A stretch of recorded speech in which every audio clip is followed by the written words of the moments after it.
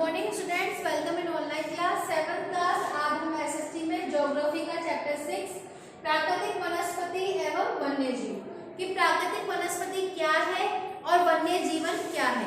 इसके पहले वाली क्लास में हमने जल के बारे में पढ़ा था, ठीक है। अब हम पढ़ते हैं कि प्राकृतिक वनस्पति कि जो प्रकृति के द्वारा, जैसे कि पेड़ पौधे जंगल जो होते हैं, ये एक प्राकृतिक वनस्पति का स्रोत है। और वन्य जीवन जैसे कि हमारे, क्योंकि जंगल है वहां पे वन्य जीवन भी है और वो उनके लिए घर, जो जंगल है वन्य जीवनों के लिए, वन्य जंगली जानवरों के लिए उनका घर है, ठीक है। अब हम पढ़ते हैं कि सलीमा अपने ग्रीष्म शिविर से बहुत उत्साहित थी। यहाँ पे किसी के बारे में बताया है कि सलीमा अपने ग्रीष्मकालीन शिविर में गई हुई थी और अपने सहपाठियों के साथ में वो हिमाचल प्रदेश में मनाली देखने गई थी। उसे सब स्मरण था कि बस जैसे ही चढ़ाई पर जा रही थी, वहां पे आकृति और प्राकृतिक वनस्पति बदलते रूपों में देखकर कितना हैरान रह गई थी। प्राकृतिक वनस्पति सभी जगह पे एक समान नहीं होती, जैसे कि कहीं अपन ने स्थल मंडल, वायुमंडल, जल मंडल, तो सभी क्या एक हमारी पृथ्वी के एक समान है क्या? नहीं, क्योंकि यहाँ पे अलग अलग आयाम देखने को मिलते हैं। कहीं पे ये बिल्कुल जल मंडल है जहाँ पे पानी ही पानी है, कहीं पे स्थल मंडल, कहीं पे पहाड़ है, कहीं पे रेगिस्तान है। तो ये इस तरह से हम यहाँ पे विभिन्नता देखते हैं। तो उसी प्रकार से यहाँ पे हमारी प्राकृतिक वनस्पति में भी विभिन्नता देखने को मिलती है। गिरिपाद में स्थित साल एवं सागवान के घने वन धीरे धीरे अदृश्य हो गायब हो गए और पर्वतों की ढलानों में पतली और नुकीली पत्तियों तथा शंक्वाकार मैदान लंबे दिखने वाले लगे कि जहाँ पे खुले मैदान थे वहां पे पेड़ बड़े बड़े थे। पहाड़ी क्षेत्रों के जो पेड़ हैं वो क्या होते हैं, बहुत पतले होते हैं और बहुत लंबे होते हैं और उनका आकार त्रिकोणाकार होता है, ताकि क्योंकि वहां पे ठंड पड़ती है, बर्फ पड़ती है, तो वो बर्फ या पानी नीचे की तरफ गिरकर आ जाए, तो उनकी संरचना वहां की स्थिति के अनुसार होती है। उसे पता चला कि वे शंखधारी वृक्ष थे। लंबे वृक्षों पर खिले लाल लाल फूलों का सबका ध्यान गया। वे रोडोडेंड्रॉन के फूल थे। मनाली से आगे रोहतांग दर्रे तक रास्ते में उसे देखा कि भूमि छोटी छोटी घास और कुछ स्थानों पर बर्फ से ढकी थी।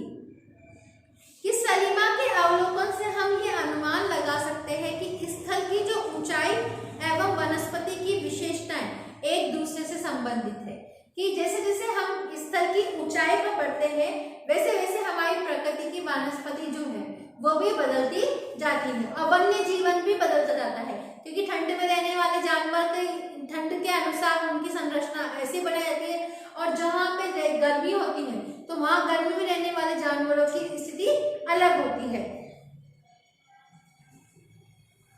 ऊंचाई में परिवर्तन के साथ जलवायु में परिवर्तन होता है, तब इसके कारण प्राकृतिक वनस्पति में भी बदलाव आता है।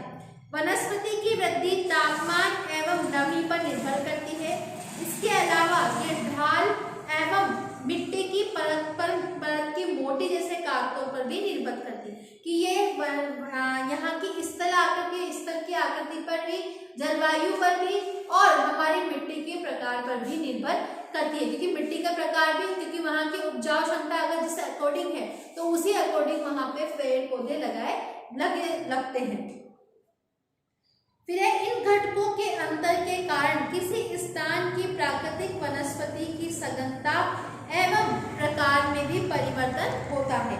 आमतौर पर प्राकृतिक वनस्पति को हम निम्न 3 श्रेणियों में वर्गीकृत कर सकते हैं। कि अगर हम देखें तो प्राकृतिक वनस्पति को हम 3 भागों में बांट सकते हैं, जैसे कि वन, घास स्थल और कांटेदार झाड़ियां, ठीक है। कितने कि जैसे कि कहीं कहीं पे बहुत ज्यादा घने वन है, कहीं पे ग्रास ही लगी, सिर्फ घास ही है वहां पे, और कहीं पर ऐसे एरिया होते हैं जहाँ पे कांटेदार झाड़ियां उत्पन्न होती हैं, ठीक है।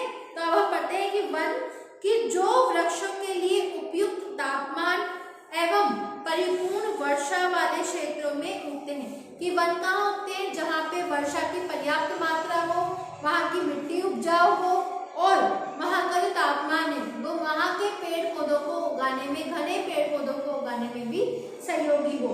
इन कारकों के आधार पर हम सघन और खुले वन विकसित होते हैं। कि अगर हम वन को भी अगर भागों में बांटें तो अगर उसको हम 2 भागों में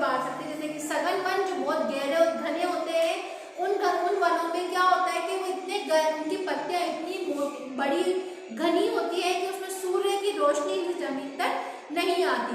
वो इतने गहनता से एक दूसरे के साथ में जुड़े हुए रहते हैं। ठीक है, फिर आता है घास स्थल, जो मध्यम वर्षा वाले क्षेत्र में विकसित होते हैं। घास स्थल कहाँ बनते हैं? जहाँ पे बारिश का जो औसतन तापमान या औसतन जो होता है वो वहाँ पे मध्यम रहता है, ना तो वहाँ ज्यादा वर्षा होती है ना वहाँ पे कम वर्षा होती है।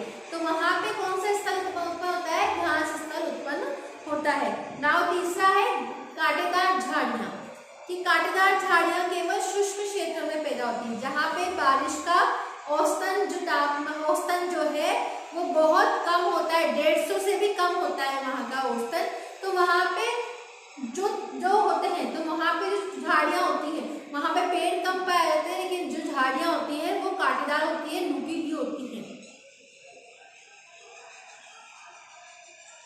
सलीमा हिमालय की यात्रा का अपना ये अनुभव अपने पिता को बता रही थी। उसके पिता विश्व के विभिन्न स्थानों पर जा चुके थे।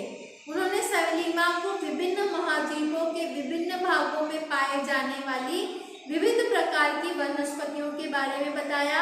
उन्होंने बताया कि उपध्रुवीय प्रदेशों पर, मतलब जो ध्रुवीय प्रदेश होते हैं, जो वहाँ पे ठंडे प्रदेश होते हैं, वहाँ पे शंकुधारी वन पाए जाते हैं। शंकुधारी वन कैसे होते हैं? कि जो पेड़ होते हैं वो काफी लंबे होते हैं और उनकी पत्तियां ऐसे नुकीली होती हैं, मतलब वो ऊपर जाके सकड़ होते हैं और उनकी पत्तियां ऐसे नुकीली की तरह शंकुधारी होते हैं। ठीक है, रेगिस्तान में कांटेदार झाड़ियाँ होती हैं। रेगिस्तान में झाड़ियाँ होती है वो कांटेदार होती है क्योंकि वहाँ पे पानी की कमी होती है, तो वहाँ पे कांटेदार झाड़ होती है और उनकी जड़ें क्या होती हैं? मोटी होती हैं, तो वो अंदर तक बहुत ज्यादा तो पानी को वो अपने अंदर संग्रहित करके रख लेती हैं। आर्द्र प्रदेशों में घने उष्णकटिबंधीय दृढ़ काष्ठ वनों के बारे में कई जानकारियां दी हैं। सलीमा समझ गई कि हिमालय के क्षेत्रों में लगभग सभी प्रकार की वनस्पतियां पाई जाती हैं जो भूमध्य रेखा से ध्रुव की ओर मिलती हैं, और प्राकृतिक वनस्पतियों के प्रकार के बदलाव का मुख्य कारण जो है वो जलवायु का बदलाव होना भी है। लेकिन जिस तरह से आज पेड़ पौधों की जो पहले की स्थिति है आज वो स्थिति उत्पन्न नहीं है। क्यों? क्योंकि आज क्योंकि हमारे यहाँ पे मौसम के प्रभाव से, गर्मी अधिक होने के, बारिश का औसतन कम होने से यहाँ पे वनस्पति जीवन पे और वन्य जीवन पे भी बहुत बुरा असर उन पर पड़ रहा है।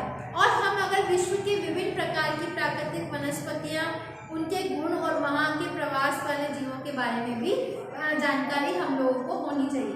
वन जो है वो वन यहाँ पे आपको उष्णकटिबंधीय सदाबहार वन, उष्णकटिबंधीय पर्णपाती वन, उष्णशीतोष्ण सदाबहार वन, शीतोष्ण पर्णपाती वन, भूमध्य सागर वनस्पति, शंकुधारी वन, इन सब के बारे में बताया। घास स्थल और शीतोष्ण घास स्थल, कटीली झाड़ियाँ, इन सब के बारे में बताया है। ठीक है, कटीली झाड़ियाँ रेगिस्तान जैसे प्रदेशों में पाई जाती है। उष्णकटिबंधीय रेगिस्तान महाद्वीपों के पश्चिमी किनारों पर पाए जाते हैं। तीव्र गर्मी एवं वर्षा कम होने के कारण यहाँ वनस्पतियों की कमी रहती है।